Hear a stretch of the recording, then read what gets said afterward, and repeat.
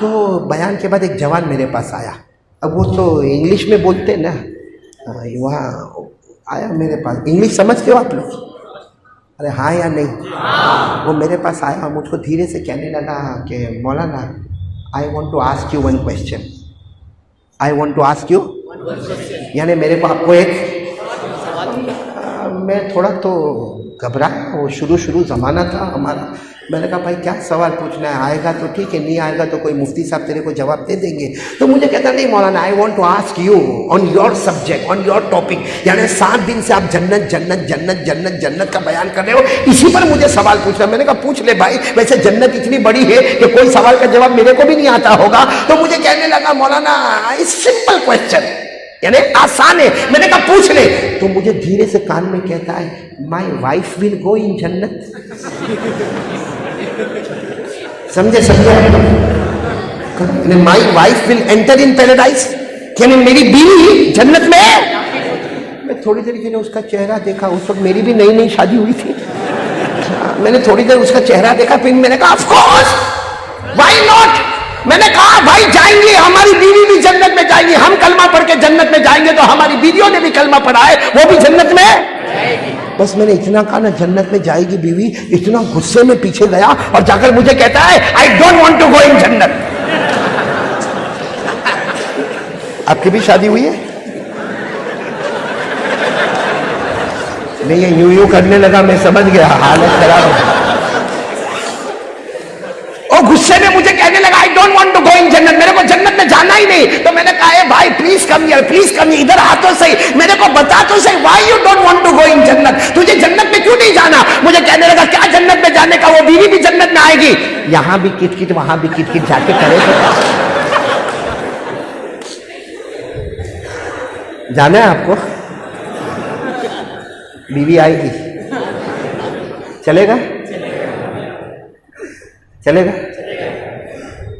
वो लोग हाँ करते जिनकी शादियां नहीं हुई है। वो जवान यूं करता है जिसकी शादी वो करके देख, फिर बोल हारेगी कि चलेगा नहीं। क्या घर में बीवी आती है, झगड़े होते ना घर में? नहीं, प्रणाम बट में नहीं होते कि नहीं होते? अरे एहतशाम का मौलाना नूरुल हुदा कहाँ गए? मौलाना होते थे घर में झगड़े? आप भी धीरे धीरे मुस्कुराते हो गए। मौलाना नूरुल हुदा, एक ने मेरे को पूछा कि मौलाना तेरे घर में झगड़ा होता कि नहीं होता? मैंने कहा है बयान करने वाले को नहीं पूछने का ऐसा, हम इतने लंबे लंबे बयान करते हैं, तू मेरे को ये पूछता है कि घर में झगड़ा होता कि नहीं होता? वो भी बड़ा परनाम बटका ही होगा। मेरे को कहते हैं मौलाना माफ करना, मैंने बहुत बड़ी गलती की, आपको नहीं पूछने का था मेरे को ऐसा। और कमबख्त बयान के बाद फिर पूछता है, फिर आया मेरे पास कि झगड़ा होता कि, मैंने कहा फिर तू पूछता है? बयान करने वाले को नहीं पूछने का कि झगड़ा होता कि नहीं होता। इतना समझ ले, कौवा हर जगह काला ही होता है। सही कि नहीं?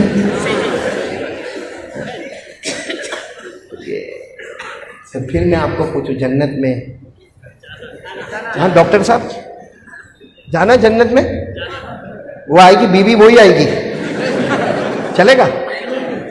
डॉक्टर साहब तो बहुत सीधा बोला, चलेगा।